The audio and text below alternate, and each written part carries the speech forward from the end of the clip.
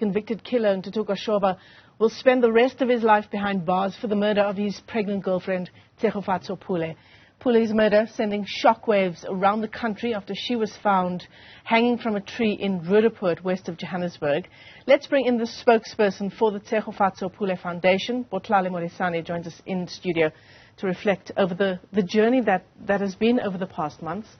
Welcome to studio. Thank you so much, Michelle. Difficult to talk about justice being served, right? You and I were discussing this off air. Because what is justice for what happened to Tshegofatso Pule? Yeah, honestly, nothing could ever be nearly enough to be justified as justice, really.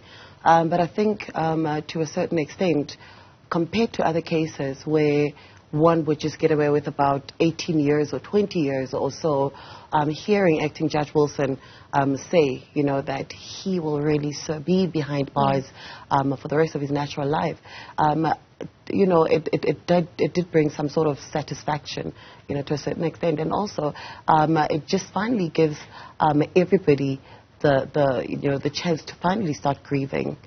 Yeah, absolutely. Judge Wilson, Acting Judge Wilson, had some strong words, didn't he, in handing down that judgment. He talked about the character of Ntuthuko Shoba and the kind of person that did what he did in orchestrating, first failing, yes, and then successfully orchestrating the murder of his pregnant girlfriend. Yeah, definitely. And, that is something that is more descriptive of somebody who is a narcissist of note. And I mean, for somebody who did this, I think what made it even more easier for Judge Wilson to pass this sort of sentence was the fact that there were many attempts. It wasn't just one. If it was one attempt that had failed or maybe that had gone through, one would just say, maybe it was just a try. But there was sheer determination behind this action. So I think that's what made it very definite for Acting Judge Wilson to pass that kind of judgment. The family and supporters of the family were in tears in court yesterday when that judgment was handed down. How are they doing this morning? Oh my word! It was a bittersweet moment. I think beyond just the family, for everyone, it was a bittersweet moment because we feel that to a certain extent, more than any other family, we could claim that justice, was served where Tshego and Kamana are concerned. But, also like I was saying, this is finally a time where one could just take a breather and just finally say, we do believe that now she can rest and we can also breathe and rest. The family is still a bit distraught, but it is a victory nonetheless. We can never bring Kamano and Tshego back, but for us to get this kind of sentencing, it's some sort of consolation. I'm getting goosebumps as you're talking because you talk about two deaths, two Definitely. murders that were orchestrated here. Yeah. What does grieving look like for her family now going forward? Sure. I think for the longest of times, the aunt was carrying a lot of guilt. Because remember, Tshego's parents are both late, and she was being brought up by her aunt.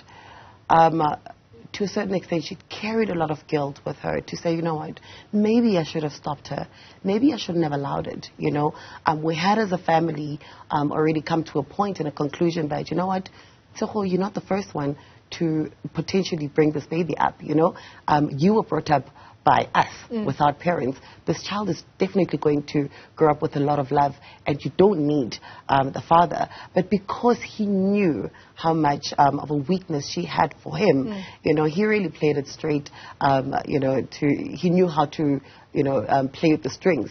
So I think with Ausnuku, she's just finally she can say, Tshego is resting, and she fought, and she can just finally, there's a load off her shoulders. There's a really a huge load off her shoulders. But I don't think the element of guilt will ever go away because that should have, could have, would have element will always stay. Will counselling be part of their journey forward now, the family, and particularly, as you say, her aunt? Actually, it has been.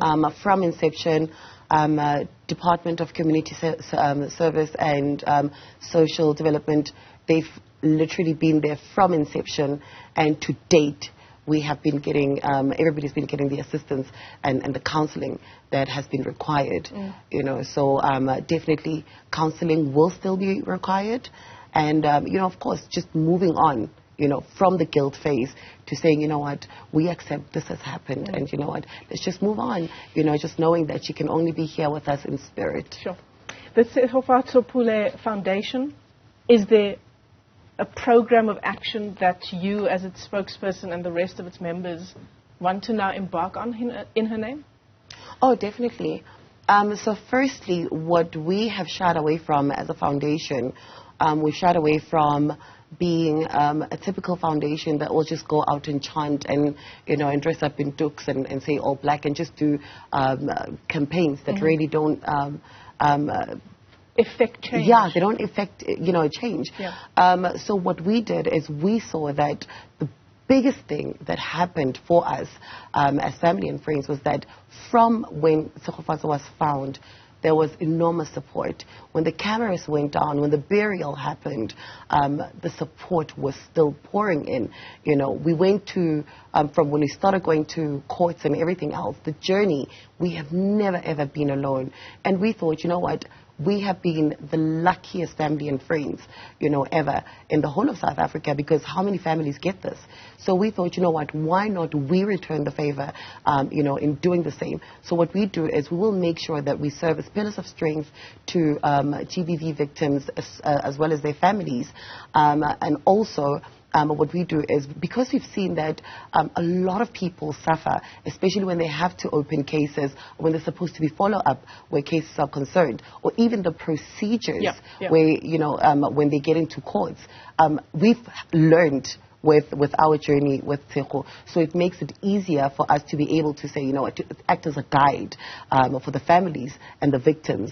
And also because we have so many stakeholders that we've, you know, that we've partnered with now, or rather that we've started liaising with. Right. It makes life a lot easier because we know if we have a victim, this is where we can send them, because obviously we don't have all the skills and expertise, you know. We can only do things up to so far, but we have partnered with people that are able to make this an easier journey and more effective. Well, strength to you and the rest of the family and friends of Tshegofatso Pule on this journey. Her murder in June of 2020, and the orchestrator, the mastermind behind her murder, being sentenced to life in prison. That's Ntuthuko Shoba. Botlhale, Modisane, let me thank you for your time. Thank you, Michelle.